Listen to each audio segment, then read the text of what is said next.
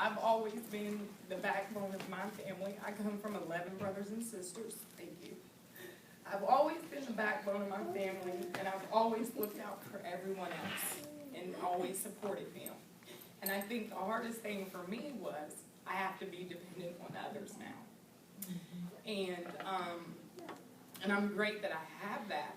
You know, I have so many people that I can depend on, but that's something I battle every day. Every day.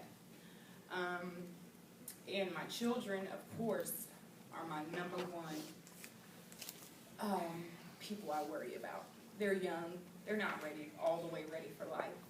So for me, I have to survive, and I have to battle every day, because my worst fear for me is to leave this world knowing that my children are not prepared for this world.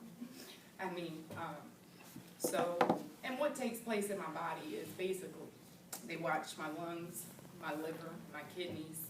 I just had my esophagus stretched 2 weeks ago because it causes so much scar tissue in my body. Basically, you can't stop it. You can try to slow my immune system down to stop overproducing, but there's nothing so far, not saying in the future, that can be done about it. I deal with things every day, but I am determined. Scleroderma, I have it. It doesn't have me. That's how I look at it. I actually asked my doctor to go back to work because I needed that normalcy in my life. And I go to work every day, but yes, when I come home, I'm tired every day. Chronic fatigue syndrome comes with this as well. But even today, I woke up not feeling well. And I just told the devil, you're not going to get me today. I'm going, you know.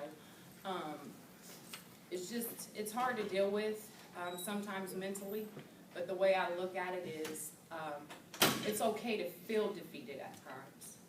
Being defeated and feeling defeated are two different things. And it's okay to cry. And it's okay to just wake up and say, I'm not doing anything today.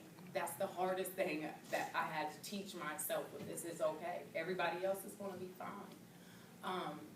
And I refuse to be defeated. And when I do become defeated, it's going to be by my choice. Because I decided, I'm done, I'm tired, it's over. It's not going to be by the choice of disease taking me over. And I mean, it's kind of scary because, you know, I know a lot of the things, what the future holds with this disease, but I'm okay with that. Because, yeah, I look at it, someone told me the devil gave it to me. And I told him, no, he didn't. God gave it to me for a reason and for a purpose. And what that reason and purpose is, I'm not 100% sure yet. But there's so many other sufferers out there that are just like me every day, and they have no one to lean on, or they just are not familiar. I walked into a doctor's office, and the doctor did not know anything about my disease. Of course, I ran and went somewhere else, but was not familiar with it.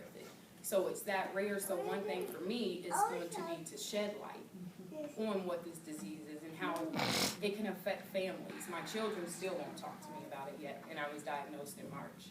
They bring it up, I bring it up, they shun away. And actually they shunned away for a while, period, and just would not come around because they're used to me being the strong, you know, you got everything.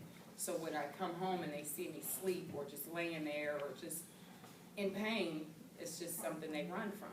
And that's okay, because they have to deal with it in their own time and when they're ready. I'm not going to force that on them. And it's just, it could be a devastating disease if you let it control your mind. Don't get me wrong, there's nights I cry all by myself. I still don't like to see people, let people see me cry or see me down. And just thinking about life in general and thinking about all these people and people like you. I'm a people person anyways. I just love people and their stories. And I'm used to being able to help someone else. And to have people helping me is just odd to me. It's odd to me, but it's okay. It lets me know that people care. And my aunt over here in the corner, I mean, she from day one has been there. And everybody has been there, but and my niece here, whenever I go to University of Pittsburgh for treatment, so that's about a 4-hour drive for us. Anytime I have to go, she's right there, you know. So And I thank God for that, because everyone doesn't have that kind of support.